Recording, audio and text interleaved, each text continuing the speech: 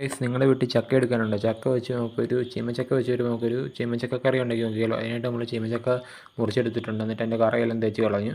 അതിനുശേഷം കഷ്ണങ്ങളായിട്ട് മുറിച്ചെടുക്കുകയാണ്. തൊലിയൊക്കെ കളഞ്ഞ് കഷ്ണങ്ങളാക്കി മുറിച്ചെടുത്ത് നമ്മൾ വെള്ളത്തിലിടുകയാണ്. വെള്ളത്തിലിട്ട് അതിൻ്റെ കറ പോകാൻ വേണ്ടി വെള്ളത്തിൽ ഇട്ടേക്കുവാണ്. അങ്ങനെ നമ്മൾ വെള്ളത്തിൽ നിന്ന് എടുത്തപ്പോൾ വെള്ളത്തിൽ ഈ കറയെല്ലാം കാണാം. കറയുടെ നിറമാണ് ഈ വെള്ളത്തിൽ കാണുന്നത്. പക്ഷേ വെള്ളത്തിൽ നിന്ന് കഴുകിയിട്ട് സവാളയെല്ലാം ചെറുതായി ചീകിയരിയാണ്.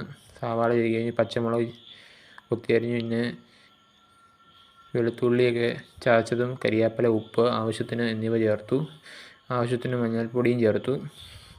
ആവശ്യത്തിനുള്ള വെള്ളവും ഒഴിച്ച് കൊടുത്തു. അങ്ങനെ നമ്മൾ മസാല റെഡിയാക്കി എടുക്കാൻ പോകണം. അരപ്പിനുള്ള മസാല. അതിനായിട്ട് തേങ്ങ വറുത്തെടുക്കുകയാണ്. തേങ്ങയൊക്കെ വറുത്തെടുത്തുകൊണ്ടിരിക്കുകയാണ്. തേങ്ങയിലോട്ട് നമ്മൾ പെരുംജീരകം ചേർത്ത് കൊടുത്തു. അതുപോലെ തന്നെ ഏലയ്ക്ക, കാശ്മീരി മുളക് പൊടിയും പിരിയൻ മുളക് പൊടിയും അതുപോലെ തന്നെ മല്ലിപ്പൊടിയും ചേർത്ത് കൊടുത്ത് നല്ലപോലെ ഇളക്കുവാണ്.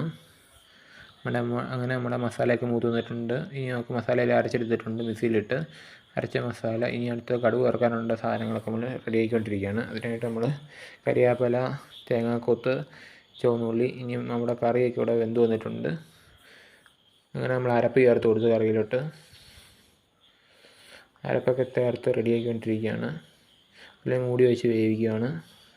പക്ഷെ നമുക്ക് കടുകൊക്കെ വറക്കാൻ വേണ്ടി കടുകൊക്കെ ഇട്ട് കൊടുത്ത് അതിൻ്റെ പുറകെ അരിഞ്ഞു വെച്ച മിക്സും പച്ചക്കറിയൊക്കെ ചേർത്ത് കൊടുത്തിരിക്കുകയാണ്. തേങ്ങാക്കൊത്തും എന്നിവ ചേർത്ത് കൊടുത്തു. വീഡിയോ ഇഷ്ടപ്പെട്ട എല്ലാവരും സബ്സ്ക്രൈബ് ചെയ്യണം. അടുത്ത വീഡിയോ നമ്മൾ ഇനിയും വരുന്നു.